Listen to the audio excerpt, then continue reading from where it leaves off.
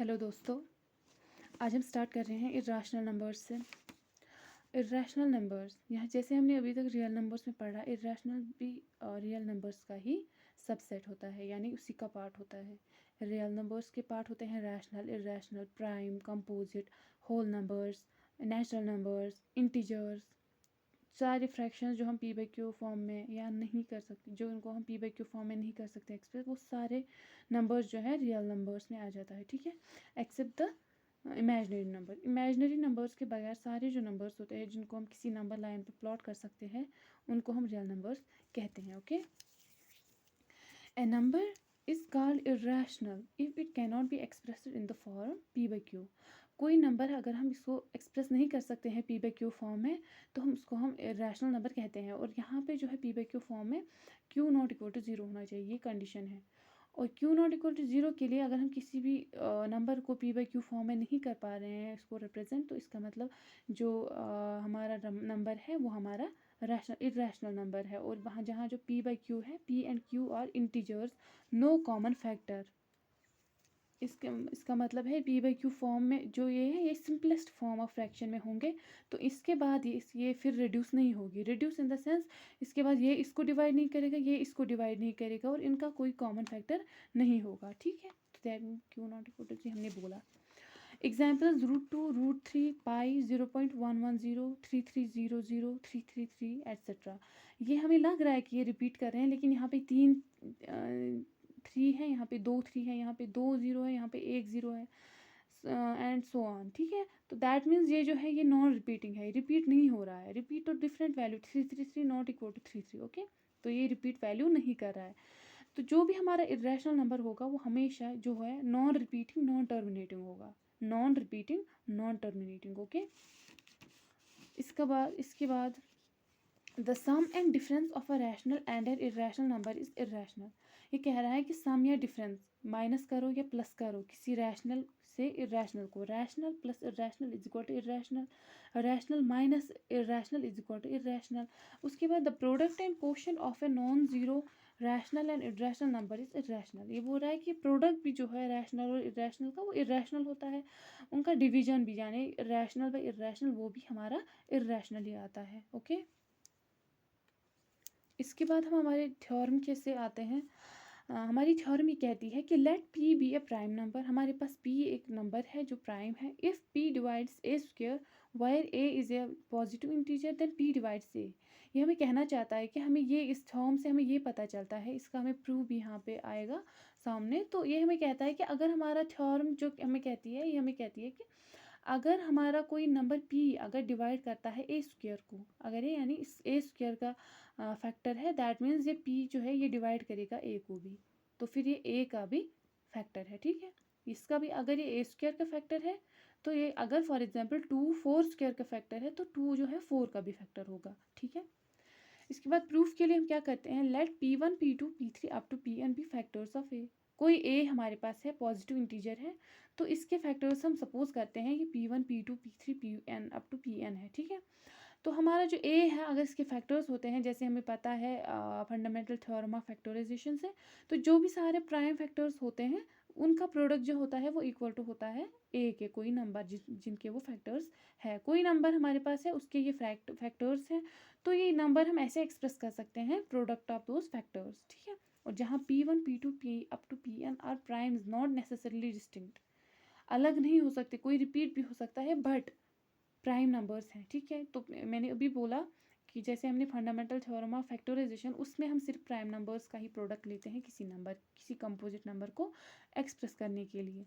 तो that means therefore a square is equal to p1 p2 p3 p up to pn into p1 into p2 into p3 up to so on up to pn, ओके। ये हम, अगर हमारा a जो है equal to इनके product है, ए square जो है इसको भी दो बार एक दूसरे के साथ करेंगे, तो वो भी ए स्क्वायर इज इक्वल टू इसका स्क्वायर, ठीक है, यानी दो बार इसको मल्टीप्लाई किया हुआ इस सारी पूरी टर्म को। तो दैट मीन्स ए स्क्वायर जो है वो भी इन दोनों ऐसे ही और एक टर्म का ये आएगा, प्रोडक्ट आएगा, यानी ये इंटू ये अगेन। तो उसके बाद A square is equal to P one square, जैसे हम इनको एक दूसरे के साथ मल्टीप्लाई करेंगे, P one square P two square P three square, इनके बीच में जो है मल्टीप्लिकेशन का ये है साइन डॉट यानी multiplication up to so on up to P N का होल स्क्वायर, ठीक है। Since p is one of prime factors of p1 p2 p3 up to pn, जो हमारा p जो हमने रिप्रेजेंट किया है, जो हमने यहाँ पे p बोला है, पूछा गया है कि कोई p हम देखते हैं ये प्राइम फैक्टर प्राइम नंबर है, तो जहाँ हम ये देख सकते हैं इन p में से ये p भी कोई नंबर है। फॉर एग्जांपल इन सारे p's में कोई हम एक p लेंगे जो ये है, ये भी एक prime factors of p1 p2 p3 up to pn, इनमें से कोई एक नंबर हम p लेंगे, ठीक है। p डिवाइड्स a स्क्वायर, अगर हमारा a स्क्वायर है, इसका ये जो है हमारे products p1 square p2 square p3 square up to so on, इनमें अगर कोई नंबर हमारा p है जो हम रिप्रेजेंट, फॉर एग्जांपल हम कोई p चूज करते हैं, इनमें से पिक करते हैं, वो जो p है वो इसको डिवाइड करेगा a स्क्वायर को, ठीक है। अगर a स्क्वायर को p डिवाइड करेगा तो that means p divides a, ठीक है। अगर इनमें से p जो है इसको डिवाइड कर सकता है, दैट मीन्स यहाँ पे उसी वही p यहाँ पे भी होगा, तो वही p a को भी डिवाइड करेगा, यानी कि सारे जो है ये फैक्टर्स होते हैं, और जो फैक्टर होता है वो नेसेसरली इनको इसको डिवाइड करेंगे, ठीक है। तो दैट मीन्स कोई भी फैक्टर इसको ज़रूरी डिवाइड करेगा, दैट मीन्स अगर p हमारा a स्क्वायर का फैक्टर है, इसको भी डिवाइड करता है, तो दैट मीन्स p a का भी फैक्टर है, यानी p a को भी डिवाइड करेगा, ठीक है। तो ये हमें ये दिखाना था कि ये हमें शो करना था कि कोई भी नंबर अगर p हमारे पास, इनमें से हमने कोई p लिया तो p इसको ऑब्वियसली, क्योंकि ये इसका फैक्टर होगा, जो भी फैक्टर होता है वो इस नंबर को डिवाइड करता है, तो अगर हम इनमें से हम कोई p नंबर लेंगे, कोई प्राइम फैक्टर लेंगे, वो इसको डिवाइड करता है, तो इस वाले से इस और इससे हम पता चल सकता है कि ये जो p इनमें से कोई भी लिया है, हमने पिक किया है, वो इस a को भी डिवाइड कर सकता है। तो बस हमें यही देखना था, यही प्रूव करना था, हमारी थ्योरम जो कहती थी उसको प्रूव करना था, एक प्रूव स्टेटमेंट बनाना था कि अगर हमारा कोई नंबर a स्क्वायर को करता है डिवाइड, तो दैट मीन्स p जो है वो a को भी डिवाइड करेगा, ठीक है। ये हमेशा याद रहे। इसके बाद हमारे पास और एक थ्योरम है, थ्योरम 1.3, हमें शो करना है √2 इज़ इर्रेशनल, ठीक है। हमें √2 इर्रेशनल एज शो करना है। तो दो मेथड्स है इसके, एक होता है डिवीजन मेथड, वो एक लॉन्ग प्रोसेस डिवीजन मेथड होता है, और दूसरा होता है यानी एक मेथड ये भी होता है कॉन्ट्राडिक्शन मेथड, ठीक है। ये हमारा अभी कन्वीनियंट है, ये हमें बहुत काम आता है, और इसको हम सॉल्व करने में ज़्यादा कैलकुलेशन नहीं लगती। हालांकि जो हमारा डिवीजन मेथड है वो थोड़ा, जब हमें अगर हमें वो रिक्वायर्ड होगा तब हम करेंगे, या किसी की रिक्वेस्ट होगी तो हम करेंगे उसको भी सॉल्व। बट यहाँ पे जो हमारा कॉन्ट्राडिक्शन मेथड है ये हम यहाँ पे सॉल्व करेंगे, हमारा रिक्वायर्ड यहाँ पे ये है। अगर ये मेथड आता है तो हमें ज़रूरत नहीं है डिवीजन मेथड पे जाने, यानी लॉन्ग मेथड पे जाने की, ओके। तो यहाँ पे कॉन्ट्राडिक्शन मेथड में हम आगे चलते हैं। We assume that √2 is irrational, चलो हम एज्यूम करते हैं, हमारी एक एजम्पशन लेते हैं कि √2 रैशनल है। तो अगर ये रैशनल है, हम देखते हैं आगे प्रूफ में ये रैशनल है या नहीं, हमारी एजम्पशन सही है या नहीं है। इसके लिए हम क्या करते हैं, हमें पता है जो भी रैशनल नंबर होता है वो p/q फॉर्म में होता है, तो हमारा √2 जो है हम उसको बराबर रखेंगे p/q फॉर्म में, okay. Wire p and q और को प्राइम्स, ये दोनों को प्राइम्स होते हैं, यानी इनका कोई कॉमन फैक्टर नहीं होता है, ये सिंपलेस्ट फॉर्म में। कोई फ्रैक्शन को हम इसीलिए सिंपलेस्ट फॉर्म में कहते हैं 2/3। इसके बाद अगर हम देखेंगे 2/4, ठीक है, तो 2 1 ज़ा 2 2 ज़ा, तो 1/2 अब सिंपलेस्ट फॉर्म है। 2/3 जो है ये भी सिंपलेस्ट फॉर्म है, क्योंकि इसके बाद ना ये इसको डिवाइड कर सकता है ना ये, इनका कोई कॉमन फैक्टर नहीं होता है, और जब कोई कॉमन फैक्टर नहीं होता है तो इसको हम फिर इसके बाद हम कह सकते हैं ये रैशनल नंबर है, ठीक है। इसके बाद हम कह सकते हैं, और हम ये अक्सर जो है हम इसको पहले भी कह सकते थे रैशनल नंबर, बट हेयर ऐसा क्या है कि यहाँ पे जो है रैशनल नंबर हमारा जो मोस्टली होता है वो रिप्रेजेंट करते हैं हम सिंपलेस्ट फॉर्म में, ओके। 2 जो इसके बाद हम इनको स्क्वायर करेंगे, स्क्वेयरिंग ऑन बोथ साइड, तो हम क्या करेंगे, इसका स्क्वायर करेंगे तो रूट एंड स्क्वायर कैंसिल हो जाएगा, p² p स्क्वायर आएगा 2 × q स्क्वायर, p स्क्वायर आएगा 2 × q square, 2q square is equal to p square, okay. तो दैट मीन्स यहाँ पे हमें पता चलता है कि 2q square is equal to p square. कोई भी हम 2n is equal to, for example कोई m लेंगे, तो दैट मीन्स 2n जो है ये 2 जो है ये इसको डिवाइड करेगा, ठीक है, m स्क्वायर फॉर एग्जाम्पल, तो ये इसको डिवाइड करेगा। दैट मीन्स अगर ये इस 2 × डैश डैश अगर इसके बराबर है तो 2 जो है इसका फैक्टर हो जाएगा, दैट मीन्स 2m स्क्वायर को डिवाइड करेगा, ठीक है। तो that means 2q² equal to p²। ये हमें बोल रहा है कि 2 डिवाइड जो करता है वो p² को डिवाइड करता है, क्योंकि 2 इंटू समथिंग आता है हमारा p²। दैट मीन्स 2 जो है ये कोई फैक्टर है p² का, तो 2 डिवाइड्स p²। उसके बाद ये हमें जैसे थ्योरम से हमें पता है कि अगर 2 डिवाइड करता है p² को तो 2 डिवाइड करेगा p को भी, ठीक है। Let p is equal to 2m, p² is equal to 4m²। हम देखेंगे, चलो हम लेट करेंगे p is equal to 2m, हम कोई भी नंबर लेंगे 2m के बराबर, क्योंकि हमारे पास यहाँ 2 इंटू एस कुछ है, 2 इंटू कुछ हमारा जो है यहाँ पे जैसे हमें पता चलता है 2 हमारा इसका स्क्वायर है, p² का फैक्टर है, तो 2 हमारा p का भी फैक्टर है। तो हम एज्यूम करते हैं, हमने लेट किया p is equal to 2m, ठीक है। जिस p² का 2 एक फैक्टर था जिसको 2 डिवाइड करता है, जिस p को 2 डिवाइड करता है, उस p को हमने 2m के बराबर किया, ठीक है। उसके बाद p² is equal to 4m²। हम इसके बाद करेंगे, जहाँ हम इसको भी स्क्वायर करेंगे तो इसको भी स्क्वायर हो जाएगा, यानी p² is equal to 4m², ठीक है। तो इस p² is equal to 4m² जो है, putting the value of p², जो ये वैल्यू p² है, ये हम वैल्यू डालेंगे इन फर्स्ट इक्वेशन जो यहाँ पे हमने मिली थी, p² is equal to 2q²। जैसे हम इस 2q² में इसको डालेंगे तो हमारा जो 2q² है वो आएगा 4m², क्योंकि हमारा p² जो इक्वल है 4m²। तो हम यहाँ से देखेंगे हमारा 4m² जो है वो 2q² है, 2 1 ज़ा 2 2 ज़ा, ठीक है। ये यहाँ पे ख़त्म हो जाएगा, ठीक है। m², 2m² is equal to q²। तो यहाँ से इस वाली इक्वेशन से हमें पता चलता है ये वाली और ये वाली सेम है ऑलमोस्ट, क्योंकि इसमें इनमें बस वेरिएबल्स का मसला है। तो 2 इंटू डैश कोई भी 2 का मल्टीपल जो है वो p² का p² की इक्वल है। तो यहाँ भी 2 इंटू m², यानी 2 का कोई भी मल्टीपल जो है q² के बराबर है। यहाँ भी हमें यहाँ p² के बराबर मिलता है, यहाँ q² के बराबर। दैट मीन्स यहाँ पे 2 जो है p² का फैक्टर है, तो 2 into dash equal to p²। That means 2 into something is equal to p²। 2 जो है इसका फैक्टर है, यहाँ पे भी हमें प्रूव होता है कि 2 जो है वो q² का भी फैक्टर है। तो 2 डिवाइड्स q², दैट मीन्स यहाँ पे कि 2 डिवाइड्स q²। अगर 2 divides q² according to theorem 2 divides q2, okay. इसको भी q को भी डिवाइड करेगा। तो जैसे हमें पता चला p एंड q हमने एज्यूम किए थे ये को प्राइम्स है, को प्राइम्स यानी यहाँ पे हमने किया था ये को प्राइम्स है, ठीक है। ये हमने एज्यूम किया था जो रैशनल नंबर के लिए कोई कंडीशन थी p/q, तो जो p एंड q है ये को प्राइम्स होने चाहिए थे, इनका कोई कॉमन फैक्टर नहीं होना चाहिए।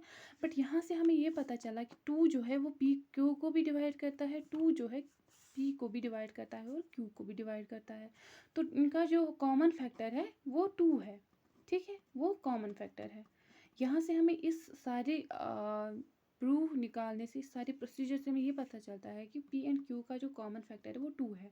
हालांकि हमारी एजम्पशन डिफरेंट थी कि ये को प्राइम्स है, यानी इनका कोई कॉमन फैक्टर नहीं है 1 के बगैर, ठीक है।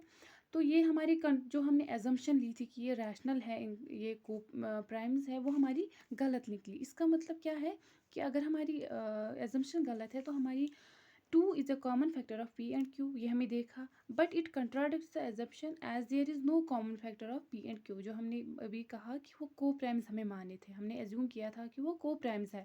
बट यहाँ पे ये हमारी एजम्पशन जो है वो कंट्राडिक्ट कर रहा है कि p एंड q का कोई कॉमन फैक्टर यानी 2 है, ठीक है, जो कि गलत है, ठीक है। देयरफॉर जो √2 है वो प्रूव नहीं होता, यहाँ पे फिर रैशनल होता है। अगर वो रैशनल होता तो उनका 2 जो है कॉमन फैक्टर होता। हालांकि हमारी एजम्पशन डिफरेंट थी कि वो को प्राइम्स है, तो रैशनल के लिए देयरफॉर √2 जो है वो इर्रेशनल है। ये हमारी एजम्पशन फिट नहीं कर रहा है। अगर रैशनल होता तो तब हम कह सकते थे कि 2 उनका कॉमन फैक्टर है। हालांकि रैशनल के लिए p/q हमने लिया था, उनकी एजम्पशन ली थी ये को प्राइम्स है। हमारी प्रोसीजर से, ऊपर वाले प्रोसीजर से जब हमने सॉल्व किया वहाँ से हमें पता चला कि इनका 2 कॉमन फैक्टर है, तो हमारी जो एजम्पशन है वो कंट्राडिक्ट हो गई। देयरफॉर हमारी सारी पूरी एजम्पशन यहाँ पे कंट्राडिक्ट होती है कि √2 रैशनल है, देयरफॉर √2 जो है इर्रेशनल नंबर है, ओके। Example 9, okay. एग्जाम्पल 9 हमें कहती है कि प्रूव दैट √3 इज़ इर्रेशनल। यहाँ पे हमें फिर से इर्रेशनल पे ही क्वेश्चन आया है कि √3 जो है हमें प्रूव करना है इर्रेशनल है। जैसे हमने √2 के लिए प्रोसीजर फॉलो किया, एग्जैक्टली वैसे ही करना है √3 के लिए भी procedure follow. By contradiction method, पहले मेथड से जो कॉन्ट्राडिक्शन मेथड है। डिवीजन मेथड अगर किसी को कंपल्सरीली वो समझना है तो मुझे कमेंट करके बताएं, अदरवाइज़ ये contradiction method more than enough है इस मेथड को, इस टाइप के प्रॉब्लम्स को सॉल्व करने के लिए, ठीक है। एंड ये कन्वीनियंट है, यानी आसान भी हो जाता है सॉल्व करने के लिए।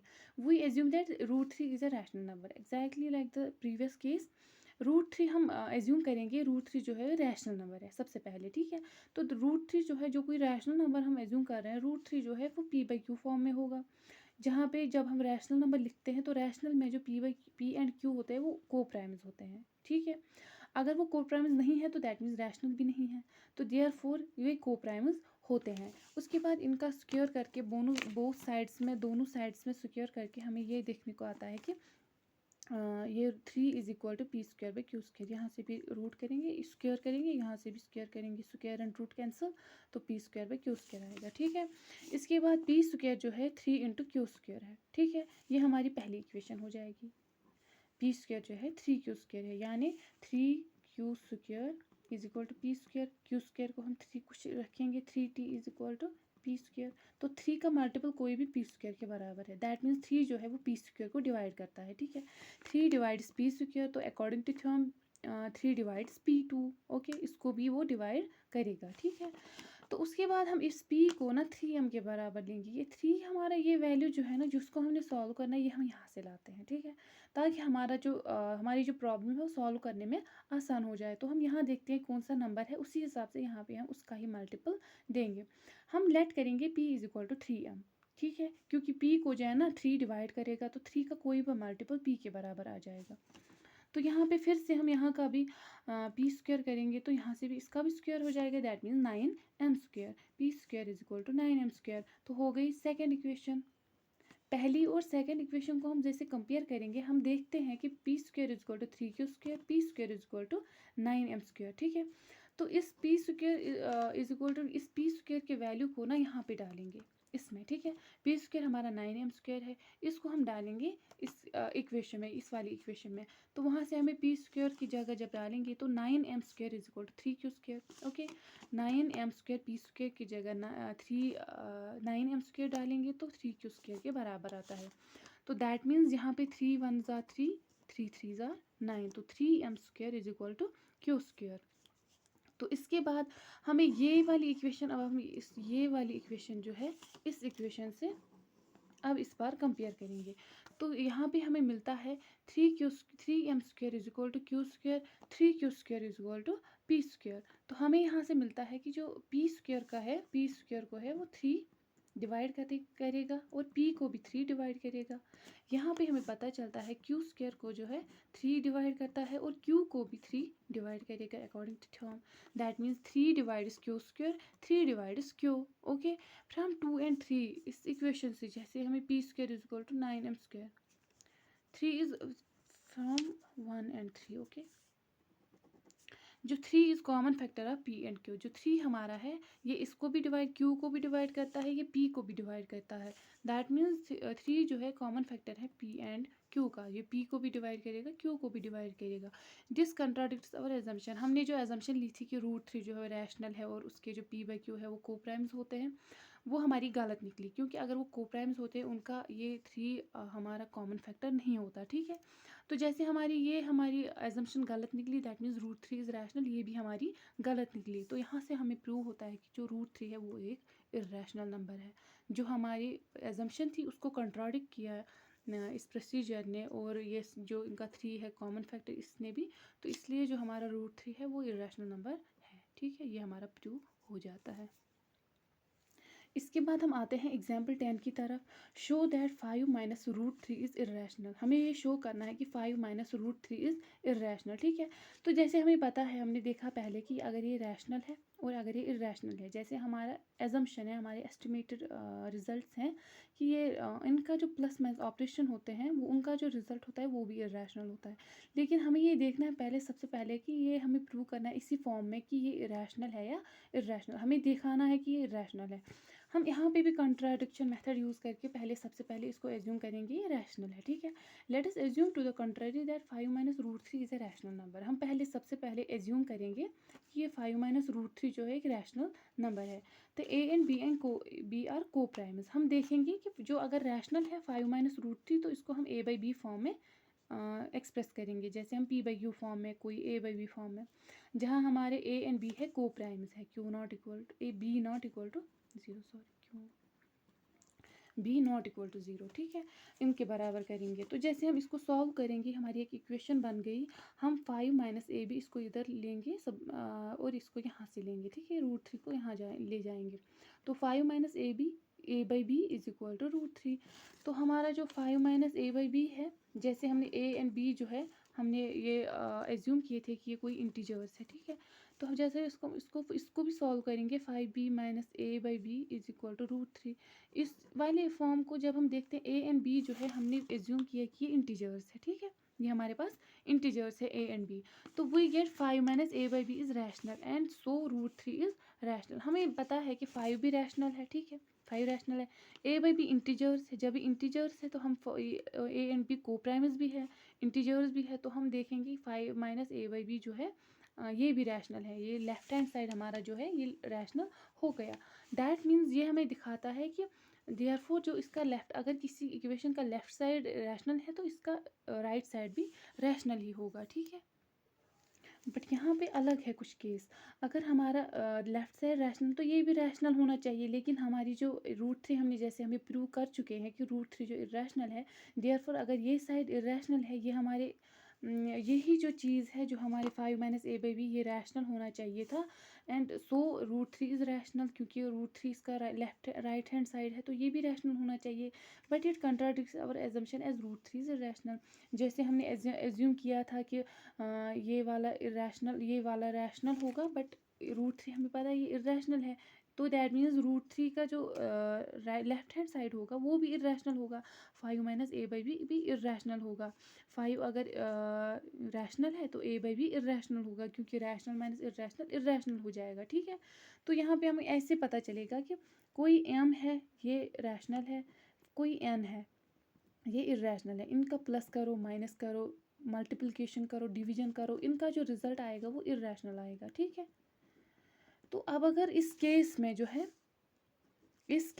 है 5 जो है ये हमें पता है ये रैशनल है, ठीक है। अब root three, 5 minus root three हमें नहीं पता, ठीक है, इनका क्या रिजल्ट होगा।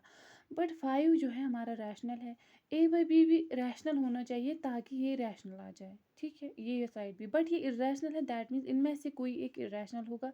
उन जिनका जो हमें रिजल्ट आया है वो इरेशनल आया है, ठीक है। तो दैट मीन्स 5 तो इरेशनल नहीं है, ए बाई बी ही इरेशनल होगा। तो जिसको हमने बराबर किया था 5 माइनस रूट थ्री, ये सिंपल तरीका है समझने का, जिनको हमने बराबर किया था ए बाई बी के। ए बाई बी हमारा irrational, that means 5 minus root three भी इरेशनल है। तो यहाँ पे ये हमें बोलता है कि 5 माइनस ए बाई बी है रैशनल, अगर होता तो रूट थ्री भी रैशनल होता। बट ये हमारी एजम्पशन को कंट्राडिक्ट करता है, क्योंकि रूट थ्री इरेशनल है, that means 5 minus a by b इसका रिजल्ट भी इरेशनल है। तो that means 5 minus root three irrational है, ठीक है। आई होप आपको समझ आया होगा जो हमने ये यहाँ पे लॉजिक लगाया कि ये 5 इनमें से कोई एक इरेशनल होगा, वही रिजल्ट देगा इरेशनल का। जैसे हमें पता है 5 इरेशनल नहीं है, तो दैट मीन्स ये वाला पार्ट इरेशनल होगा, तभी जाके हमें इरेशनल रिजल्ट निकला। और ये वाला पार्ट इरेशनल होने के बावजूद होने के लिए इसका जो लेफ्ट हैंड साइड है वो इरेशनल होगा। दैट मीन्स यहाँ पे ही हमें प्रूव हो जाता है कि 5 माइनस रूट थ्री है जो है वो इरेशनल है, ठीक है। Therefore 5 minus root three is irrational, okay. हम अब एग्जाम्पल 11 की तरफ बढ़ते हैं। Show that 3 root two is irrational, ठीक है, 3 into root two is irrational, ठीक है। तो जैसे तो हमें ये प्रूव करना है, ठीक है। हालांकि हमें पता है कि किसी भी रैशनल और इरेशनल का कोई भी हम ऑपरेशन करते हैं, इंटू करते हैं, माइनस करते हैं, प्लस करते हैं, वो हमें इरेशनल देगा।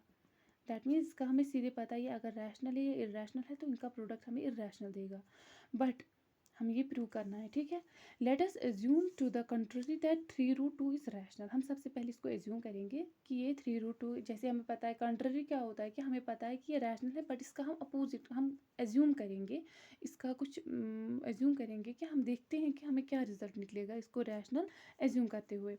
तो 3√2 is equal to A by b, क्योंकि ए बाई बी फॉर्म में ही होता है रैशनल नंबर। अगर हमने इसको रैशनल किया है एज्यूम, तो इसको हम ए बाई बी फॉर्म में, जहाँ ए एंड बी जो है को प्राइम्स होते हैं। तो यहाँ पे हम देख सकते हैं कि √2 is equal to A by 3b, क्योंकि इस 3 को हम यहाँ ले जाएंगे, A by 3b। A and B जो है इंटीजर्स है, we get A by 3b is rational. अगर ये हमारे पास इंटीजर्स है और को प्राइम्स भी हमने किया है, तो को प्राइम्स वो होते हैं जो रैशनल होंगे। अगर को प्राइम्स भी है और इंटीजर्स हैं, तो ये जो है रैशनल होंगे। बट इनका जो लेफ्ट हैंड साइड है वो इरेशनल है, तो दैट मीन्स ये इरेशनल रैशनल के बराबर नहीं हो सकता। दैट मीन्स इनमें से, इसमें से कुछ ना कुछ ऐसा होगा जो इरेशनल होगा। ये वाला पार्ट इसलिए इरेशनल होगा क्योंकि इनमें से कोई ना कोई पार्ट, अगर ये मल्टीप्लिकेशन में है तो कोई एक इरेशनल होगा, कोई एक इरेशनल होगा, जिसका रिजल्ट जो है हमारा इरेशनल निकलता है।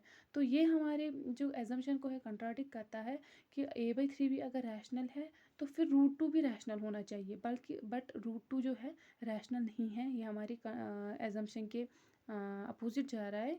तो दैट मीन्स √2, ये पूरा जो 3√2 जो है ये हमारा इरेशनल है, रैशनल नहीं है। ओके। और हालांकि हमने अभी 10√2 इज़ रैशनल, ठीक है, 10√2 इज़ रैशनल। ये हमें बोल रहा है कि अगर हमारा RHS जो है राइट हैंड साइड रैशनल है, तो हमारा √2 भी रैशनल होना चाहिए। But it is contrary to the fact that √2 is irrational. जैसे हमने प्रूव कर चुके हैं कि √2 इरेशनल है, देयरफॉर हमारा जो ये वाला जो राइट हैंड साइड है वो भी इरेशनल ही होगा। Therefore 3√2 is irrational. रैशनल के लिए वो फिट नहीं हो रहा है, तो इसका मतलब 3√2 जो है इरेशनल है, ठीक है। थैंक यू दोस्तों, आज के लिए इतना ही, और नेक्स्ट लेक्चर में हम देखेंगे एक्सरसाइज 1.3 और आगे बढ़ेंगे। आई होप आपको समझ आया होगा। और इन केस अगर आपके पास कोई डाउट्स होते हैं क्लियर करने के लिए, कोई कॉन्सेप्ट्स होते हैं, तो आप कमेंट करके हमें बता सकते हैं, इन्फॉर्म कर सकते हैं। बाकी आप सब्सक्राइब करें इस चैनल को, कमेंट्स करें, लाइक करें, शेयर करें और अपने दोस्तों में बांटें, एंड अच्छे मार्क्स लाएँ। Thank you.